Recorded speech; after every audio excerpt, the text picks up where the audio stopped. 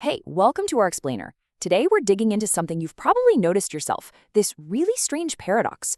Why is it that groups of people who are trying to do good so often end up fighting, while other groups, maybe with, let's say, less noble goals, seem to stick together like glue?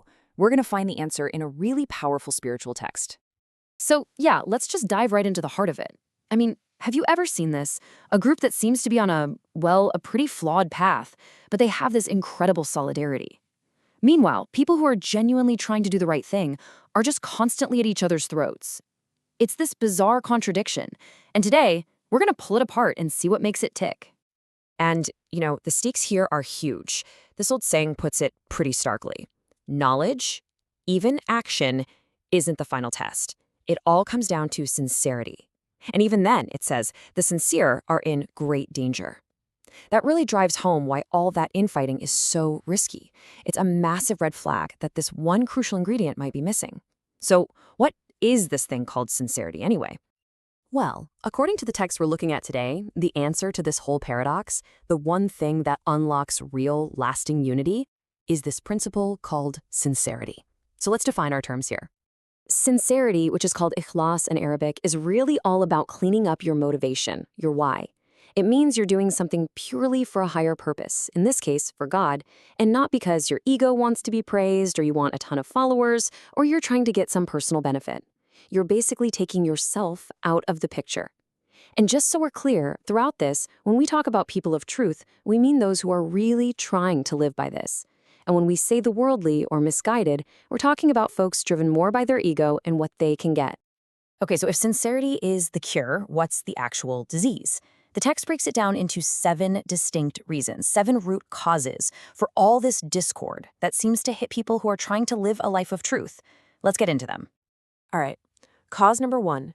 This one is really interesting because it's tied to something we all get, our jobs, and what we get paid for. Turns out the whole structure of work and reward in the spiritual world versus the material world, well, it sets up a major conflict. And this comparison really gets to the heart of it. Think about a regular company, right? The CEO has a specific job, the manager has another, the roles are clearly defined. But in the world of faith or even activism, the job is just do good. It's universal. And when anyone can be a leader and the rewards aren't clearly spelled out, what happens? You get a bunch of people reaching for the same prize, whether it's respect or influence, and that just breeds rivalry. Now, the second cause is a real head-scratcher. It's totally counterintuitive. It suggests that the very thing that gives people of guidance their strength can actually become the reason they fall apart. So here's the twist. People of guidance get their strength from their faith, right? And that gives them this inner dignity, a sense of self-sufficiency. They don't feel like they desperately need other people. But on the flip side, those on a misguided path, they feel this inner weakness. They know they need to stick together just to get by. So in a strange way, their individual weakness becomes their collective strength. Okay, so we've looked at the group dynamic. Now the text zooms in on the individual ego. Because number 3 shows us how our ego can sneak in and hijack even our best intentions. Even the desire for a heavenly reward can become a secret cause of conflict. Yeah, this is that subtle poison of what you might call spiritual egoism. The focus shifts from the message to the messenger. All of a sudden you start thinking, hey, why are they listening to that person and not to me? And just like that, someone who should be your ally becomes your rival. For a following, for influence, and sincerity just goes right out the window. The fourth cause is all about our relationship with time. Are we playing the long game, or are we just looking for that instant hit of gratification? This difference in perspective massively affects our ability to unite. You can really see the difference here. The worldly or misguided will team up in a heartbeat for just a little bit of immediate pleasure. They're driven by what's right in front of their face. The people of guidance, on the other hand, are supposed to be focused on these big long-term goals.